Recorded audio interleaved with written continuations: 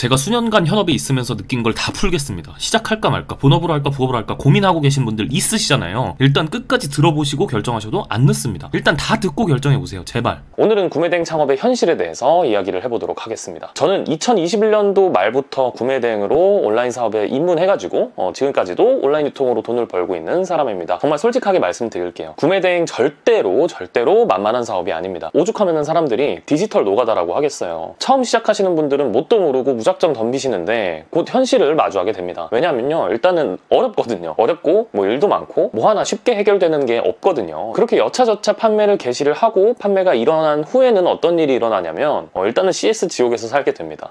전화가 이제 뭐 하루에도 몇 통씩 오는데 10번 오면은 9번은 언제 와요? 뭐 이런 내용입니다. 이제 나머지 한 번은 정말 골치 아픈 경우가 있어요. 배송된 물건이 파손됐어요. 아니면 물건이 바뀐 것 같아요. 아니면 뭐 사진이랑 이게 물건이 달라요. 뭐 이런 경우가 종종 있습니다. 이런 케이스가 반복되다 보면은 강성 고객도 만나고, 강성 고객이랑 몇 시간 동안 이제 말싸움하고 나면은 하루 망치고 현타 오고 그런 거거든요. 그뿐만 아니라 또 연락 오는 것 중에 하나는 지재권 관련해서 그냥 뭐 상품 내려달라고 요청받으면은 뭐 다행이겠지만 형사, 민사뿐만 아니라 이제 경찰서 몇 번 왔다 갔다 하시면 뭐 이런 거에 민감하신 분들은 밤에 잠도 못 잡니다. 뭐 이런 힘든 과정들은 유튜브에선 잘 안 보여주죠. 그냥 그저 뭐 할 수 있다, 하면 된다, 돈 벌 수 있다 라고 하는 사람들밖에 잘 없어요. 왜 유튜브에선 이런 말을 하는 사람들이 없냐, 아니면 적냐, 뭐 이런 거의 이유는 뭐 다양하겠죠. 그 중에 하나는 뭐 부정적인 말로는 사람들의 관심을 끌 수가 없으니까, 뭐 밥 벌어 먹고 살아야 되니까 그건 이해를 합니다만, 또 다른 생각도 있어요. 애초에 이 시장에 들어와서 매출을 내봤던 사람들이 많지가 않아요. 대부분의 사람들은 그냥 유튜브 몇 번 보고 쉽겠거니 그냥 하겠거니 하고 들어와가지고 크게 데인 다음에 바로 포기를 합니다.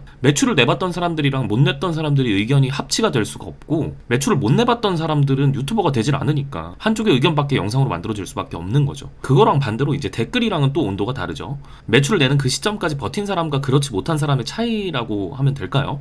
뭐 그 차이 중에 가장 큰 걸 꼽자면 저는 이거라고 생각을 합니다. 그건 바로 고통에 인내할 수 있는 역치가 개인마다 다르기 때문이라고 저는 생각을 합니다. 누군가는 큰 스트레스를 이제 견딜 수 있지만 누군가는 그렇지가 않아요. 스트레스를 견디는 사람은 오랫동안 이 일을 지속하면서 노하우도 쌓고 자기 상품도 만들면서 매출을 쌓아나갈 수 있는 가능성이 생기겠죠. 하지만 그런 고통을 잘 견디지 못하는 사람들은 3개월이면 나가 떨어지기 때문에 매출이란 거를 맛볼 수가 없겠죠, 당연히. 뭐 그러면 왜 누구는 잘 견디고 누구는 못 견디냐, 뭐 이런 걸 생각을 해봤을 때는 뭐 이 시장에 진입하기 전에 이 구매대행이라는 이 일 안에서 일어나는 스트레스 포인트들을 모두 알고 시작하면 충분히 저는 어느 정도 예방이 가능하다고 생각을 합니다. 뭣도 모르고 시작한 사람들은 막상 시작했을 때 생각했던 것과 너무 달라서 금방 포기하게 되는 반면에, 또 어떤 문제가 생길 수 있고 어느 정도 리스크도 있고 어느 정도 매출액 정도로 가져갈 수 있겠구나 라고 생각하고 알고 들어간 사람들은 더 잘 견딜 수밖에 없는 거죠. 뭐 그런 이야기들을 유튜브에서 하는 사람들 당연히 많지 않겠죠. 하지만 저는 과거부터 꾸준히 말씀드려 왔습니다. 뭐 이번 영상에도 저는 마찬가지로 제 할 일을 하는 건데, 그래도 이렇게까지 듣고도 온라인 유통에 아직도 관심이 있으신 분들은 그분들을 위해서 제가 몇 가지 팁을 한번 드려보도록 하겠습니다. 진짜로 제가 부딪히고 깨지면서 배운 팁들이니까 꼭 얻어가시길 바랄게요. 첫 번째입니다. 절대 퇴사 후에 하지 마세요. 퇴사를 하고 전업에 들어갈 만큼 블루오션은 아닙니다. 근데 반대로 순수익 200 정도 이하로 부업용으로 한다라고 하면은 누가 시작해도 할만하다고 저는 생각을 합니다. 관련 영상들 제가 많이 만들어놨죠. 제가 직접 실험한 그런 영상들이요. 방법의 차이가 있을지언정 이 사업이 그렇게 레드오션은 아니거든요. 뭐 여튼 두 번째입니다.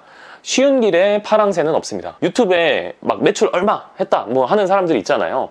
그 사람들이 그냥 6개월에서 1년 정도 그냥 시키는 것만 해서 고생만 해서 돈을 번 게 아닙니다. 그 순간순간마다 선택과 집중을 통해서 수만 가지 생각을 하고 최선의 선택들을 한 결과가 그 매출이에요. 그렇기 때문에 뭐 이런 질문들 하시는 분들 있죠. 상품 10만 개 올리면 매출 얼마 나와요? 뭐 이런 질문들이 저는 사실 좀 어이가 없죠. 왜냐면은 그 과정 안에 있는 그 선택들, 고민들, 뭐 그런 노하우들을 다 싹 다 무시하고 10만 개 올리면 어느 정도 매출이 나는지를 물어보고 있으니까 좀 그렇습니다. 두 번째 팁은 쉬운 길에 파랑새는 없다. 원래 어렵습니다. 원래 어렵고 매출을 내기는 더더욱 어렵고 높은 매출을 내기는 더더욱 어렵습니다.